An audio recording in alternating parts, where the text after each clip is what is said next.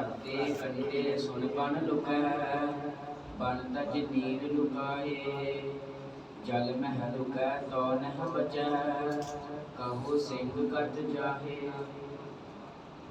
परम सन्मानयोग धन धन ਸਾਹਿਬ ਸ੍ਰੀ ਗੁਰੂ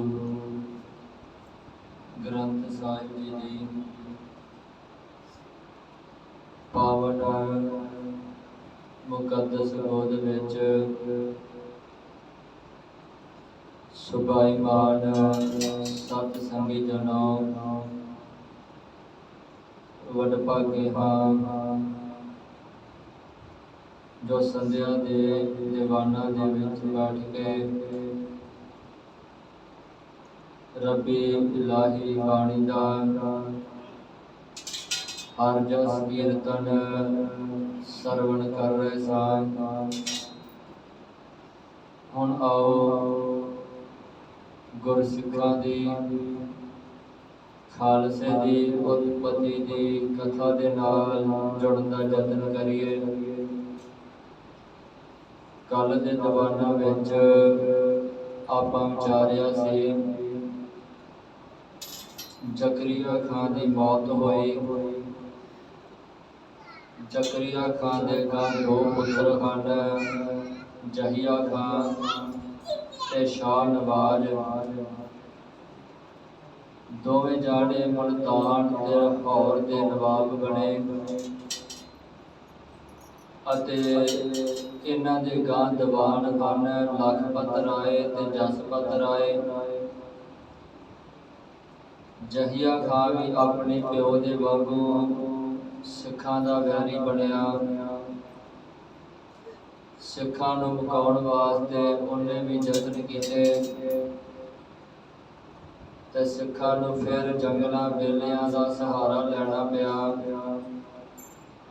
ਜਿੱਥੇ ਵੀ ਪਤਾ ਲੱਗਦਾ ਕਿ ਸਿੱਖਾਂ ਦਾ ਡੇਰਾ ਫਲਾਣੀ ਜਗ੍ਹਾ ਤੇ ਹੈ, ਫੌਜ ਜਾ ਕੇ ਹਮਲਾ ਕਰਦੀ ਤੇ ਸਿੱਖ ਅੱਗਿਓਂ ਫਿਰ ਜਵਾਬ ਦਿੰਦੇ ਹਨ। ਜਵਾਬ ਦਿੰਦਿਆਂ ਹੋਇਆਂ ਸਿੱਖ ਲੜਦਿਆਂ ਹੋਇਆਂ ਫਿਰ ਜੰਗਲਾਂ ਵਿੱਚ ਵੜ ਜਾਂਦੇ ਹਨ।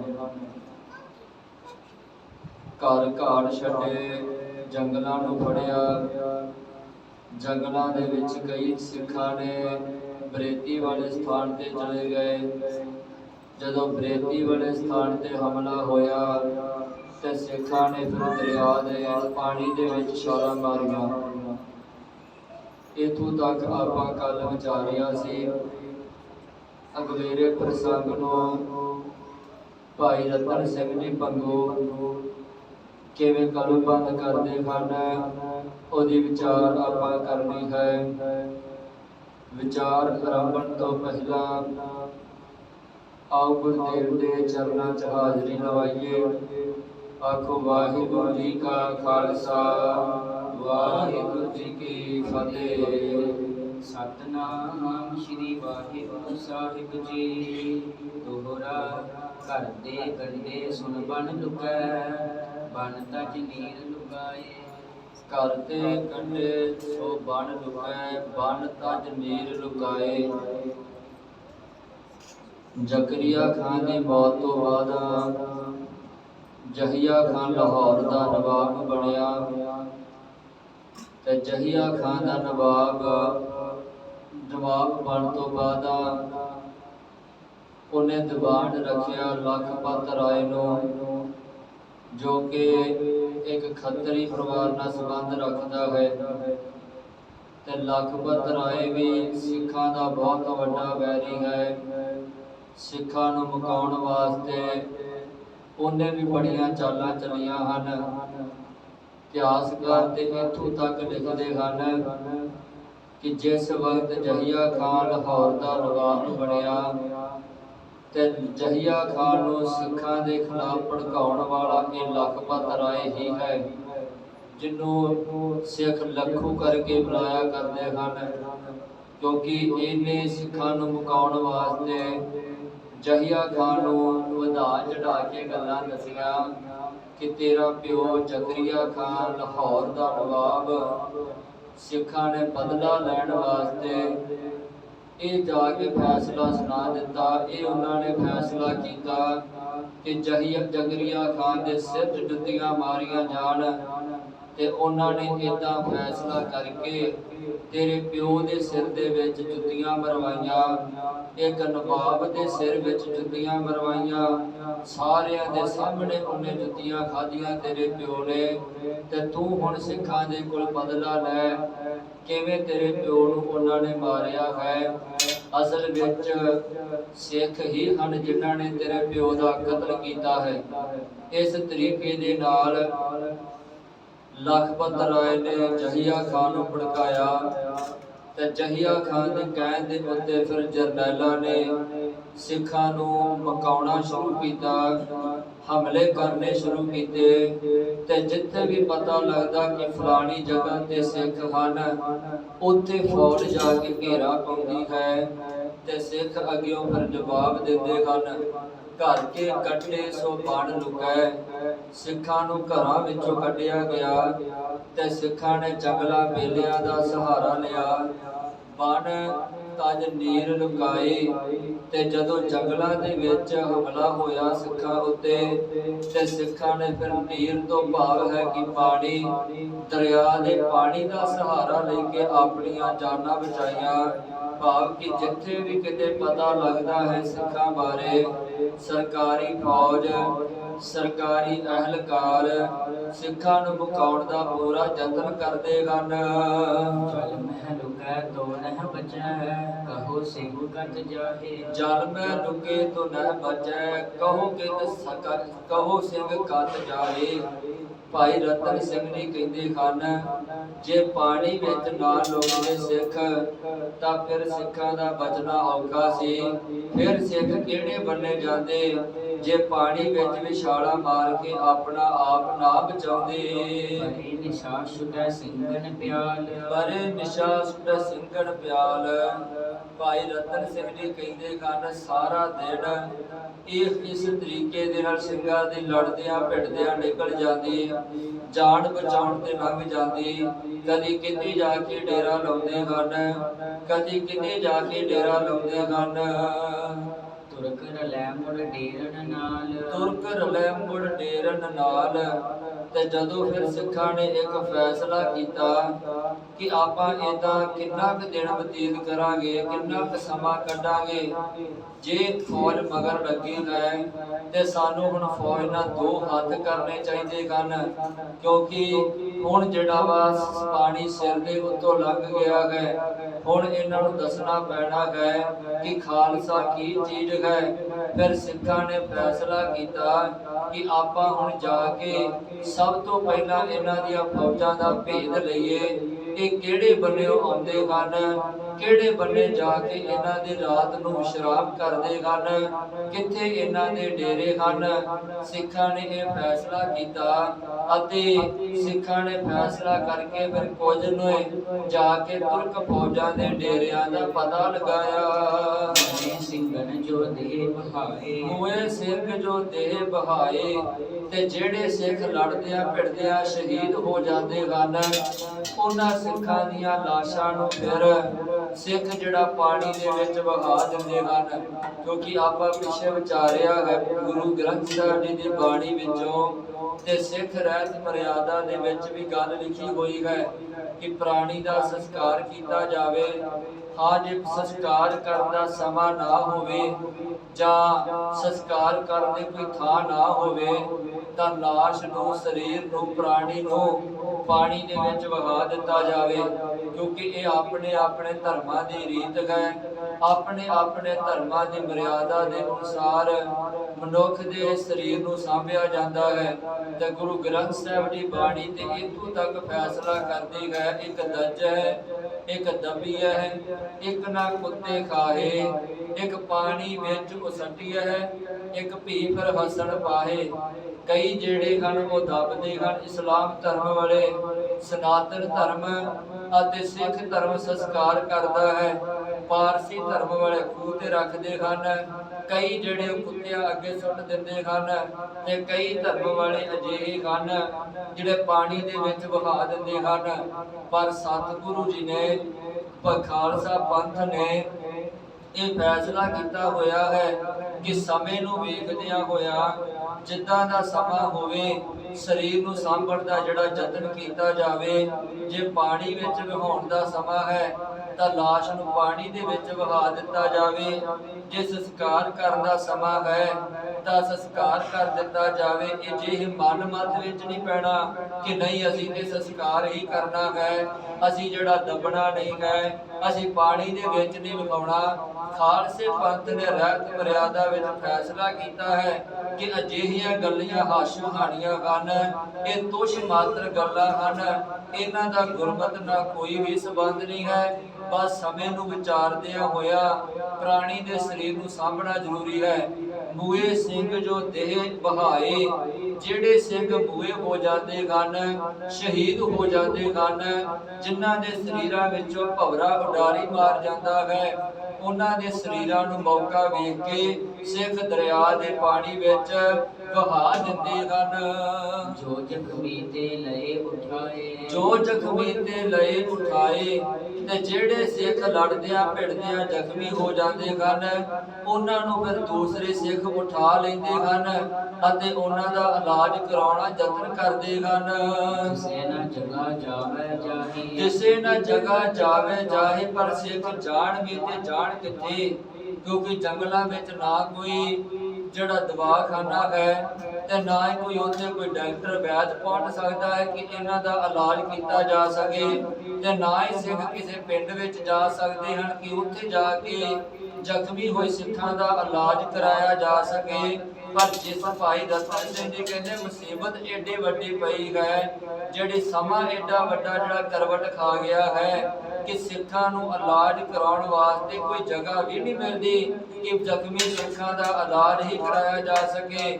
ਪਰ ਕਈ ਸਿੱਖ ਜਿਹੜੇ ਹਨ ਉਹ ਜੰਗਲਾਂ ਵਿੱਚ ਰਹਿਣ ਕਰਕੇ ਤੇ ਜੰਗਲਾਂ ਦੀਆਂ ਜੜੀਆਂ ਬੂਟੀਆਂ ਤੋਂ ਜਾਣੂ ਹੋ ਗਏ ਹਨ ਕਿ ਉਹਨਾਂ ਜੜੀਆਂ ਬੂਟੀਆਂ ਦੇ ਨਾਲ ਦਵਾਈ ਬਣਾ ਲੈਂਦੇ ਹਨ, ਕਿਉਂਕਿ ਜਿਹੜਾ ਬਹੁਤਾ ਸਮਾਂ ਜੰਗਲਾਂ ਵਿੱਚ ਰਵੇ ਉਹਨੂੰ ਜੰਗਲ ਦੇ ਪੱਤੇ ਪੱਤੇ ਦਾ ਰਸਤੇ ਦਾ ਭੇਦ ਹੋ ਜਾਂਦਾ ਹੈ ਕਿ ਕਿਹੜਾ ਪੱਤਾ ਨੁਕਸਾਨਦਾਇਕ ਹੈ, ਕਿਹੜਾ ਪੱਤਾ ਫਲਦਾਇਕ ਹੈ, ਕਿਹੜੇ ਪੱਤੇ ਦੀ ਜੜੀ ਬੂਟੀ ਬਣ ਸਕਦੀ ਹੈ, ਕਿਹਦੀ ਦਵਾਈ ਬਣ ਸਕਦੀ ਹੈ।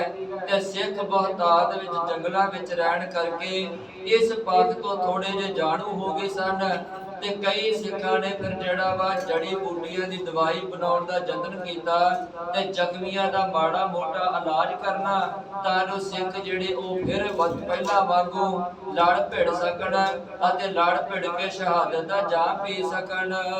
ਐਸੀ ਠੌਰ ਨਾ ਜਹਾਂ ਬਚਾਹੀ, ਐਸੀ ਠੌਰ ਨਾ ਜਹਾਂ ਬਚਾਈ, ਇਹੋ ਜਿਹੀ ਕੋਈ ਵੀ ਜਗ੍ਹਾ ਨਹੀਂ ਰਹਿ ਗਈ ਪੰਜਾਬ ਦੇ ਵਿੱਚ ਖਾਸ ਕਰਕੇ ਜਿੱਥੇ ਜਾ ਕੇ ਸਿੱਖ ਆਪਣਾ ਵਸੇਬਾ ਕਰ ਸਕਣ, ਜਿੱਥੇ ਜਾ ਕੇ ਡੇਰਾ ਲਾ ਸਕਣ ਤੇ ਜਿੱਥੇ ਜਾ ਕੇ ਜ਼ਖਮੀਆਂ ਦਾ ਇਲਾਜ ਕਰਾ ਸਕਣ। ਕੋਈ ਕਹੈ ਖਿੰਡ ਇੱਕ ਇੱਕ ਹੋਵੇ, ਕੋਈ ਕਹੈ ਖਿੰਡ ਇੱਕ ਇੱਕ ਹੋਵੇ। ਤੇ ਭਾਈ ਰਤਨ ਸਿੰਘ ਜੀ ਕਹਿੰਦੇ ਹਨ ਫਿਰ ਜਦੋਂ ਰਾਤ ਪੈਂਦੀ ਹੈ ਤੇ ਸਾਰੇ ਸਿੱਖ ਇਕੱਠੇ ਹੁੰਦੇ ਹਨ ਇੱਕ ਜਗ੍ਹਾ ਤੇ, ਕਿਉਂਕਿ ਜਿਹੜੇ ਤੁਰਕ ਫੌਜ ਹੈ ਉਹ ਰਾਤ ਨੂੰ ਆਪਣੇ ਆਪਣੇ ਡੇਰਿਆਂ ਵਿੱਚ ਚਲੇ ਜਾਂਦੀਆਂ ਹਨ ਤੇ ਸਿੱਖ ਜਿਹੜੇ ਉਹ ਜੰਗਲਾਂ ਦੇ ਵਿੱਚ ਇਕੱਠੇ ਹੋ ਜਾਂਦੇ ਹਨ, ਕਿਉਂਕਿ ਸਿੱਖਾਂ ਦਾ ਤੇ ਘਰ ਹੀ ਜੰਗਲ ਰਿਹਾ ਖਾਸ ਕਰਕੇ 18ਵੀਂ ਸਦੀ ਦੇ ਵਿੱਚ। ਤੇ ਜਦੋਂ ਰਾਤ ਨੂੰ ਸਿੱਖ ਇਕੱਠੇ ਹੁੰਦੇ ਹਨ ਤੇ ਫਿਰ ਰਾਤ ਨੂੰ ਦੀਵਾਨ ਸਜਾਉਂਦੇ ਹਨ, ਕਿਉਂਕਿ ਦੀਵਾਨ ਸਜਾਉਣਾ ਨਹੀਂ ਖਾਲਸੇ ਨੇ ਛੱਡਿਆ, ਭਾਵੇਂ ਕਿੰਨੀ ਵੱਡੀ ਮੁਸੀਬਤ ਸਿਰ ਦੇ ਉੱਤੇ ਹੈ, ਭਾਵੇਂ ਫੌਜ ਸਿਰ ਤੇ ਚੜ ਕੇ ਆਉਂਦੀ ਹੈ, ਖਾਲਸਾ ਅੰਮ੍ਰਿਤ ਵੇਲੇ ਦਾ ਤੇ ਸ਼ਾਮਾਂ ਦਾ ਦੀਵਾਨ ਜਿਹੜਾ ਲਾਉਣਾ ਨਹੀਂ ਭੁੱਲਿਆ। ਉਹ ਔਖੇ ਸਮੇਂ ਦੇ ਵਿੱਚ ਵੀ ਖਾਲਸੇ ਨੇ ਲਾਇਆ ਹੈ।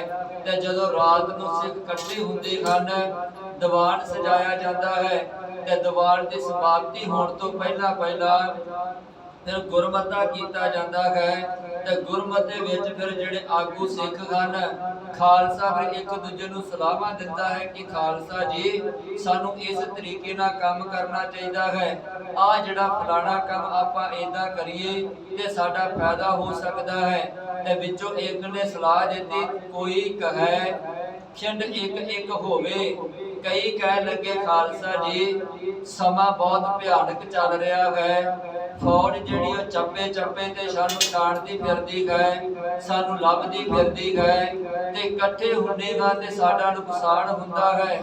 ਕਿਉਂ ਨਾ ਆਪਾਂ ਸਾਰੇ ਜਾਣੇ ਕੱਲੇ ਕੱਲੇ ਹੋ ਜਾਈਏ। ਕੋ ਕਹੈ ਖਿੰਡ ਮਤ ਮਤ ਖੋਵੈ, ਕੋ ਕਹੈ ਖਿੰਡ ਮਤ ਮਤ ਖੋਵੋ। ਤੇ ਕਈ ਵਿੱਚੋਂ ਕਹਿਣ ਲੱਗੇ ਨਹੀਂ ਖਾਲਸਾ ਜੀ ਇਸ ਸਲਾਹ ਨੂੰ ਪ੍ਰਵਾਨ ਨਾ ਕੀਤਾ ਜਾਵੇ, ਕਿਉਂਕਿ ਕੱਲੇ ਕੱਲੇ ਹੋਵਾਂਗੇ ਤੇ ਸਾਡਾ ਹੀ ਨੁਕਸਾਨ ਹੈ। ਪੰਥ ਵਿਗੜ ਜਾਵੇਗਾ, ਪੰਥ ਨੂੰ ਘਾਟਾ ਪਵੇਗਾ, ਉਹ ਘਾਟਾ ਪੈ ਜਾਵੇਗਾ ਜਿਹੜਾ ਕਦੇ ਵੀ ਪੰਥ ਦੇ ਵਿੱਚ ਮੁੜ ਕੇ ਪੂਰਾ ਨਹੀਂ ਹੋਵੇਗਾ। ਇਸ ਸਲਾਹ ਨੂੰ ਪ੍ਰਵਾਨ ਨਾ ਕੀਤਾ ਜਾਵੇ, ਕਿਉਂਕਿ ਜੇ ਆਪਾਂ ਸਾਰੇ ਇਕੱਠੇ ਰਵਾਂਗੇ ਬੇਸ਼ੱਕ ਸਾਨੂੰ ਦਾ ਸਾਹਮਣਾ ਕਰਨਾ ਪੈਂਦਾ ਹੈ, ਪਰ ਇਕੱਠੇ ਹੋ ਕੇ ਮੁਕਾਬਲਾ ਕਰਨਾ ਸਾਡੇ ਲਈ ਸੌਖਾ ਹੈ।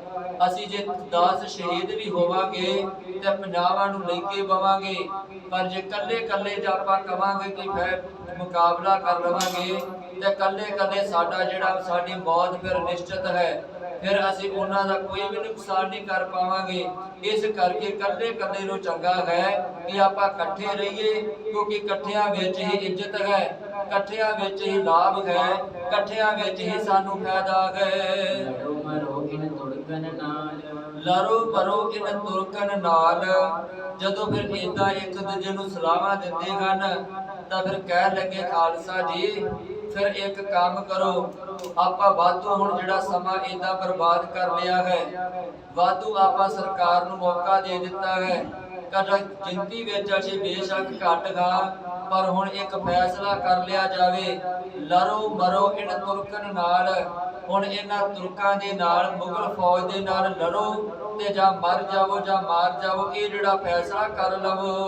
ਔਰ ਬਾਤ ਕੋ ਬਨੇ ਨ ਹਾਲ, ਔਰ ਬਾਤ ਕੋ ਬਨੇ ਨਾ ਹਾਲ, ਕਿਉਂਕਿ ਹੁਣ ਹੋਰ ਕੋਈ ਢੰਗ ਵੀ ਨਹੀਂ ਆਪਣੇ ਕੋ ਹੈਗਾ।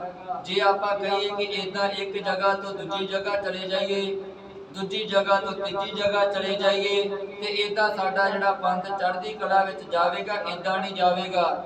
ਹੁਣ ਫੈਸਲਾ ਜਿਹੜਾ ਹੈ ਉਹ ਲੜ ਮਰ ਕੇ ਹੀ ਹੋਣਾ ਹੈ।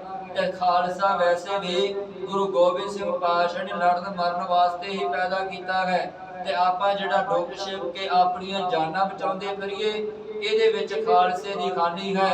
ਤੇ ਖਾਲਸਾ ਜੀ ਹੁਣ ਇੱਕ ਜਿਹੜਾ ਬੰਨਾ ਕਰ ਲਵੋ, ਔਰ ਬਾਤ ਕੋ ਬਨੇ ਨਾ ਹਾਲ। ਹੁਣ ਹੋਰ ਸਾਡੇ ਕੋ ਕੋਈ ਵੀ ਹੱਲ ਨਹੀਂ ਹੈ, ਤੇ ਹੁਣ ਤੁਰਕਾਂ ਦੇ ਨਾਲ ਆਪਾਂ ਲੜਨਾ ਹੈ, ਜਾਂ ਮਰ ਜਾਣਾ ਹੈ ਤਾਂ ਜਾਂ ਉਹਨਾਂ ਨੂੰ ਮਾਰ ਦੇਣਾ ਹੈ। ਇੱਕ ਕਹੈ ਹਮ ਜਾਵੈ ਤਹੀ, ਇੱਕ ਕਹੇ ਹਮ ਜਾਵੇ ਤਾਈ। ਫਿਰ ਇੱਕ ਨੇ ਸਲਾਹ ਦਿੱਤੀ ਹੈ ਖਾਲਸਾ ਜੀ ਜੇ ਆ ਫੈਸਲਾ ਖਾਲਸੇ ਨੇ ਕੀਤਾ ਹੈ ਤਾਂ ਫਿਰ ਤੁਰੰਤ ਉੱਥੇ ਜਾਈਏ ਜਿੱਥੇ ਖਾਲਸੇ ਦਾ ਡੇਰਾ ਹੈ। ਲੜਨੋ ਮਰਨੋ ਹੋਵੈ ਸਹੀ, ਲੜਨੋ ਮਰਨੋ ਹੋਵੇ ਸਹੀ। ਕਹਿ ਲੱਗੇ ਆਪਾਂ ਉੱਥੇ ਜਾਈਏ ਜਿੱਥੇ ਤੁਰਕਾਂ ਦਾ ਡੇਰਾ ਹੈ, ਉੱਥੇ ਜਾ ਕੇ ਫਿਰ ਲੜਨੋ ਮਰਨੋ ਹੋਵੇ ਸਹੀ, ਜਾਂ ਲੜ ਕੇ ਮਰ ਜਾਈਏ ਤੇ ਜਾਂ ਉਹਨਾਂ ਨੂੰ ਫਿਰ ਮਾਰ ਦਈਏ। ਲੜਨ ਮਰਨ ਤੇ ਜੇ ਨਠ ਜਾਹੀ, ਲੜਨ ਮਰਨ ਤੇ ਜੇ ਨੱਠ ਜਾਹੀ। ਤੇ ਜੇ ਆਪਾਂ ਲੜਨ ਮਰਨ ਤੋਂ ਨੱਠ ਗਏ, ਭੱਜ ਗਏ, ਡਰ ਗਏ, ਤਾਂ ਫਿਰ ਜਿਹੜਾ ਸਾਡਾ ਜਿਹੜਾ ਵਾ ਉਹ ਬਦਨਾਮੀ ਹੋਵੇਗੀ। ਤੇ ਖਾਲਸਾ ਜੀ ਜਿੰਨੇ ਲੜਨ ਮਰਨ ਵਾਸਤੇ ਜਾਣਾ ਹੈ ਉਹ ਜਿਹੜਾ ਵਾ ਖਾਲਸੇ ਦੇ ਨਾਲ ਤੁਰੇ, ਤੇ ਜਿੰਨੇ ਉਥੋਂ ਨੱਠ ਜਾਣਾ ਹੈ, ਭੱਜ ਜਾਣਾ ਹੈ, ਉਹ ਖਾਲਸੇ ਦੇ ਨਾਲ ਨਾ ਆਵੇ। ਤਬ ਹੀ ਖਾਲਸਾ ਇਮ ਠਹਿਰਾਈ, ਤਬ ਹੀ ਖਾਲਸੇ ਇਮ ਠਹਿਰਾਈ। ਫਿਰ ਜਦੋਂ ਏਦਾਂ ਦੀਆਂ ਸਲਾਹਾਂ ਹੋਈਆਂ ਤੇ ਨਵਾਬ ਕਪੂਰ ਸਿੰਘ ਜੀ ਨੇ ਫਿਰ ਫੈਸਲਾ ਸੁਣਾ ਦਿੱਤਾ। ਜੋ ਖਾਲਸੇ ਨੇ ਇਕੱਤਰ ਹੋ ਕੇ ਗੁਰਮਤਾ ਕੀਤਾ, ਤੇ ਭਾਈ ਕਪੂਰ ਸਿੰਘ ਜੀ ਕਹਿੰਦੇ ਖਾਲਸਾ ਜੀ ਹੁਣ ਇਹ ਗੁਰਮਤਾ ਹੋ ਗਿਆ ਹੈ, ਇਸ ਗੁਰਮਤੇ ਤੇ ਪਹਿਰਾ ਦਿੱਤਾ ਜਾਵੇ, ਜਾਂ ਲੜ ਕੇ ਮਰ ਜਾਵੋ ਤੇ ਜਾਂ ਲੜ ਕੇ ਤੁਰਕਾਂ ਨੂੰ ਮਾਰ ਦਵੋ। ਹੋਵੈ ਫੌਜ ਕੋ ਗੈਲੋ ਭਾਈ, ਹੋਏ ਗੈ ਫੌਜ ਕੋ ਗੈਲੋ ਭਾਈ। ਤੇ ਇਸ ਤੋਂ ਪਹਿਲਾਂ ਇੱਕ ਕੰਮ ਹੋਰ ਕਰਨਾ ਹੈ। ਸਭ ਤੋਂ ਪਹਿਲਾਂ ਪਤਾ ਕਰੋ ਕਿ ਤੁਰਕ ਫੌਜਾਂ ਦੇ ਡੇਰੇ ਕਿੱਥੇ ਕਿੱਥੇ ਹਨ, ਕਿੱਥੇ ਕਿੱਥੇ ਉਹਨਾਂ ਨੇ ਆਪਣੇ ਡੇਰੇ ਲਾਏ ਹੋਏ ਹਨ, ਉਹ ਪਤਾ ਕਰੋ। ਕਿਉਂਕਿ ਸਭ ਤੋਂ ਪਹਿਲਾਂ ਆਪਾਂ ਜੇ ਲੜਾਈ ਕਰਨੀ ਹੈ ਤਾਂ ਉਹਦੇ ਵਾਸਤੇ ਸਾਡੀ ਆਰਥਿਕ ਹਾਲਤ ਜਿਹੜੀ ਸੁਧਰਨੀ ਬਹੁਤ ਜ਼ਰੂਰੀ ਹੈ। ਉਹਦੇ ਵਾਸਤੇ ਸਾਡੇ ਕੋਲ ਘੋੜੇ ਹੋਣੇ ਜ਼ਰੂਰੀ ਹਨ, ਉਹਦੇ ਵਾਸਤੇ ਸਾਡੇ ਕੋਲ ਚੰਗੇ ਹਥਿਆਰ ਹੋਣੇ ਜ਼ਰੂਰੀ ਹਨ, ਉਹਦੇ ਵਾਸਤੇ ਸਾਡੇ ਕੋਲ ਟਕੇ ਹੋਣੇ ਜ਼ਰੂਰੀ ਹਨ, ਉਹਦੇ ਵਾਸਤੇ ਸਾਡੇ ਕੋਲ ਰਸਤ ਪਾਣੀ ਬਰੂਦ ਅਸਲੇ ਦਾ ਸਾਰਾ ਪ੍ਰਬੰਧ ਹੋਣਾ ਚਾਹੀਦਾ ਹੈ। ਤੇ ਜੇ ਆਪਾਂ ਕਹੀਏ ਕਿ ਇਹਨਾਂ ਚੀਜ਼ਾਂ ਤੋਂ ਬਗੈਰ ਲੜ ਲਈਏ ਤੇ ਫਿਰ ਸਾਡਾ ਜਿਹੜਾ ਜਿੱਤਣਾ ਮੁਸ਼ਕਲ ਹੈ। ਪਹਿਲਾਂ ਡੇਰੇ ਦਾ ਪਤਾ ਕਰੋ ਅਤੇ ਡੇਰੇ ਦੇ ਉੱਤੇ ਗੁਰੀਲਾ ਨੀਤੀ ਦੇ ਨਾਲ ਜਿਹੜਾ ਹਮਲਾ ਕੀਤਾ ਜਾਵੇ, ਹਮਲਾ ਕਰਕੇ ਆਪਣੀਆਂ ਇਹਨਾਂ ਕਮਜ਼ੋਰੀਆਂ ਨੂੰ ਪੂਰੀਆਂ ਕੀਤਾ ਜਾਵੇ, ਅਸਲੇ ਨੂੰ ਪੂਰਾ ਕੀਤਾ ਜਾਵੇ, ਘੋੜੇ ਲਿਆਂਦੇ ਜਾਣ, ਰਸਤ ਪਾਣੀ ਦਾ ਪ੍ਰਬੰਧ ਕੀਤਾ ਜਾਵੇ ਤਾਂ ਜੋ ਲੜਦਿਆਂ ਸਮੇਂ ਕਿਤੇ 2-4 ਦਿਨ ਲੱਗ ਵੀ ਜਾਣ ਤੇ ਖਾਲਸੇ ਨੂੰ ਜਿਹੜੀ ਹਾਰ ਨਾ ਹੋਵੇ, ਖਾਲਸਾ ਲੜਦਿਆਂ ਹੋਇਆ ਜਿੱਤ ਪ੍ਰਾਪਤ ਕਰੇ। ਲਈਏ ਘੋੜੇ ਰਾਤ ਜਿਹਾ ਸੋਵੇ, ਲਈਏ ਘੋੜੇ ਰਾਤ ਜਿਹਾ ਸੋਵੇ। ਇਸ ਕਰਕੇ ਗੁਰ ਸਿੱਖੋ ਖਾਲਸਾ ਜੀ, ਕੁਝ ਕੁ ਜਾ ਕੇ ਸਿੱਖ ਉਹਨਾਂ ਦੇ ਡੇਰਿਆਂ ਦੇ ਵਿੱਚੋਂ ਜਾ ਕੇ ਘੋੜੇ ਲੈ ਕੇ ਆਉਣ। ਪਿਆਦੇ ਅਸਵਾਰ ਸੁਹੋਵੇ, ਜੋ ਪਿਆਦੇ ਸਵਾਰ ਸੋ ਹੋਵੇ, ਕਿਉਂਕਿ ਜਿਹੜੇ ਪੈਦਲ ਹਨ ਉਹਨਾਂ ਨੂੰ ਵੀ ਘੋੜੇ ਮਿਲ ਸਕਣ, ਉਹਨਾਂ ਦੇ ਕੋਲ ਵੀ ਥੱਲੇ ਸਾਧਨ ਹੋ ਸਕੇ। ਸੁਨ ਸਿੰਘ ਕਈ ਭਰੇ ਤਿਆਰ, ਜੈ ਸੁਨ ਸਿੰਘ ਕਈ ਭਏ ਤਿਆਰ। ਜਦੋਂ ਖਾਲਸੇ ਨੇ ਭਾਈ ਨਵਾਬ ਕਪੂਰ ਸਿੰਘ ਜੀ ਨੇ ਇਹ ਫੈਸਲਾ ਸੁਣਾਇਆ ਤਾਂ ਤੁਰਕਾਂ ਦੇ ਡੇਰਿਆਂ ਦੇ ਵਿੱਚੋਂ ਘੋੜੇ ਲਿਆਉਣ ਵਾਸਤੇ, ਉਹਨਾਂ ਦਾ ਅਸਲਾ ਲੁੱਟਣ ਵਾਸਤੇ, ਉਹਨਾਂ ਦਾ ਰਸਤ ਪਾਣੀ ਲੁੱਟਣ ਵਾਸਤੇ ਕਈ ਸਿੱਖ ਤਿਆਰ ਹੋ ਗਏ ਕਿ ਆਹ ਕੰਮ ਅਸੀਂ ਕਰਾਂਗੇ, ਆਹ ਜਿਹੜਾ ਕੰਮ ਅਸੀਂ ਕਰਾਂਗੇ। ਸੁੱਤੇ ਤੁਰਕਨ ਲੇਵੋ ਮਾਰ, ਸੁੱਤੇ ਤੁਰਕਨ ਲੇਵੋ ਮਾਰ, ਕਿਉਂਕਿ ਰਾਤ ਨੂੰ ਤੁਰਕ ਜਿਹੜੇ ਉਹ ਸੁੱਤੇ ਹੁੰਦੇ ਹਨ, ਜਿਹੜੇ ਉਹ ਇੱਧਰ ਉੱਧਰ ਤੁਰ ਫਿਰ ਕੇ ਥੱਕ ਜਾਂਦੇ ਹਨ ਤੇ ਰਾਤ ਨੂੰ ਆਰਾਮ ਕਰਦੇ ਹਨ ਤੇ ਰਾਤ ਨੂੰ ਫਿਰ ਜਾ ਕੇ ਉਹਨਾਂ ਦੇ ਡੇਰਿਆਂ ਉੱਤੇ ਹੱਲਾ ਕਰਕੇ ਉਹਨਾਂ ਦਾ ਸਾਰਾ ਸਮਾਨ ਲੁੱਟ ਕੇ ਖਾਲਸੇ ਦੇ ਕੋਲ ਲੈ ਆਵੋ। ਸੂਰੇ ਸਿੰਘਨ ਯਹ ਠਹਿਰਾਈ, ਸੂਰੇ ਸਿੰਘਨ ਜੈਠਾ ਰਾਏ।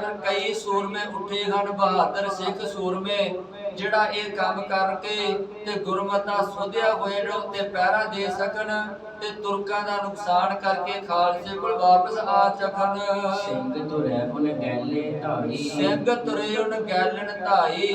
ਖਾਲਸੇ ਦਾ ਫੈਸਲਾ ਸੁਣ ਕੇ ਅਰਦਾਸਾ ਸੋਧ ਕੇ ਸਿੱਖ ਕਈ ਤੁਰੇ ਹਨ ਅਤੇ ਆਪਣਾ ਭੇਸ ਵਟਾ ਲਿਆ ਹੈ। ਉਹਨਾਂ ਨੇ ਤੁਰਕ ਫੌਜਾਂ ਵਰਗਾ ਕਰ ਲਿਆ ਹੈ ਤਾਂ ਜੋ ਸਾਨੂੰ ਜਿਹੜਾ ਪਛਾਣਿਆ ਨਾ ਜਾ ਸਕੇ।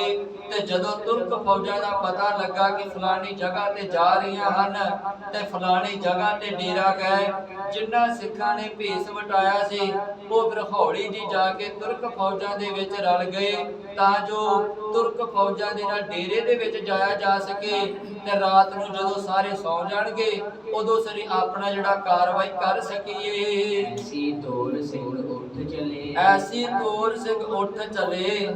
ਇਸ ਤਰੀਕੇ ਦੇ ਨਾਲ ਸਿੱਖਾਂ ਨੇ ਜਾ ਕੇ ਤੁਰਕ ਫੌਜਾਂ ਦੇ ਵਿੱਚ ਜਾ ਕੇ ਰਲ ਗਏ ਤੇ ਰਾਤ ਨੂੰ ਜਿਹੜਾ ਉੱਠ ਕੇ ਕਾਰਾ ਕਰ ਸਕਣ। ਤੁਰਕਨ ਫੌਜਨ ਕੇ ਸੰਗ ਰਲੇ, ਤੁਰਕਨ ਫੌਜਨ ਕੇ ਸੰਗ ਰਲੇ। ਤੁਰਕ ਫੌਜਾਂ ਦੇ ਨਾਲ ਜਾ ਕੇ ਰਲ ਗਏ ਤਾਂ ਜੋ ਡੇਰੇ ਦੇ ਵਿੱਚ ਪ੍ਰਵੇਸ਼ ਕੀਤਾ ਜਾ ਸਕੇ। ਸਿੰਘ ਸੋ ਡੇਰਾ ਵੇਖ ਕੇ ਬੜੇ ਫੌਜ ਮੈਂ ਜਾਏ, ਸਿੰਘ ਜੋ ਸੁਬੇ ਡੇਰਾ ਵੇਖ ਕੇ ਬੜੇ ਫੌਜ ਮੈਂ ਜਾਏ। ਸਿੰਘਾਂ ਨੇ ਡੇਰਾ ਵੇਖ ਲਿਆ ਤੇ ਫੌਜਾਂ ਦੇ ਵਿੱਚ ਜਾ ਕੇ ਸਿੱਖ ਰਲ ਗਏ। ਸੋ ਥੱਕੇ ਸੋਏ ਗਏ ਲੱਗਿਓ ਖਾਲਸੇ ਦਾਏ, ਤੁਰਕ ਜੋ ਥੱਕੇ ਸੋਏ ਗਏ ਲੱਗਿਓ ਖਾਲਸੇ ਦਾਏ।